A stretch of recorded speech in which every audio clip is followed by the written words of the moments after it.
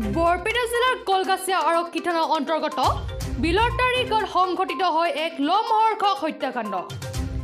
বিলৰতাৰী গাঁৱৰ আছান আলী তালুকদাৰৰ পত্নী তথা 4 সন্তানৰ মাতৃ আবিদা খাতুনক হত্যা কৰি চিপ লগাই আত্মহত্যাৰ ৰূপ দিয়াৰ চেষ্টা কৰা ঘটনাই অঞ্চলব্যাপী তীব্ৰ চাঞ্চল্য সৃষ্টি কৰিছে।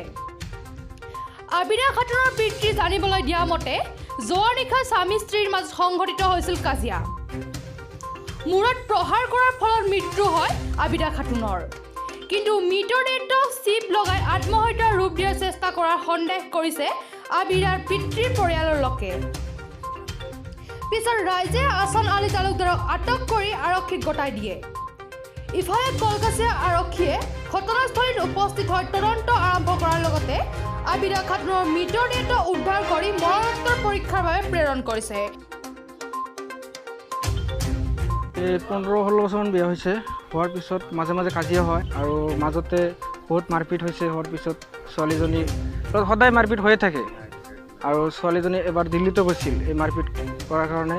ল'ৰাজনে মানে বেলেগ ছোৱালীৰ লগত সম্পৰ্ক থাকে বা ছোৱালী থকাৰ পিছতো বিয়া এটা পাতিলে, পাতাৰ পিছত অলপ কেইদিন থকাৰ পিছত সেইটোক খেদি দিলে, মাৰধৰ কৰি অত্যাচাৰ কৰি পঠাই দিলে আৰু তাৰ লগত মানে থাকি আছে আৰু যৌতুকৰ কাৰণে হাৰাশাস্তি কৰি থাকে সদায়। যোৱা নিশা কাজিয়া হৈছে, হোৱাৰ পিছত তেখেতক মাৰিছে, ফাঁচীত ঝুলাই থৈ দিছে। তেখেতৰ হাজবেণ্ডে আৰু 2জন মানুহ আছে বোলে, তেখেতৰ নিজৰ আত্মীয় মানুহ।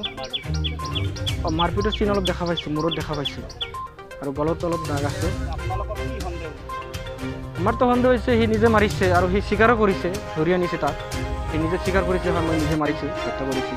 আছামিটো থানাত আছে, আছান আলী। ল'ৰা ছোৱালী 4জন।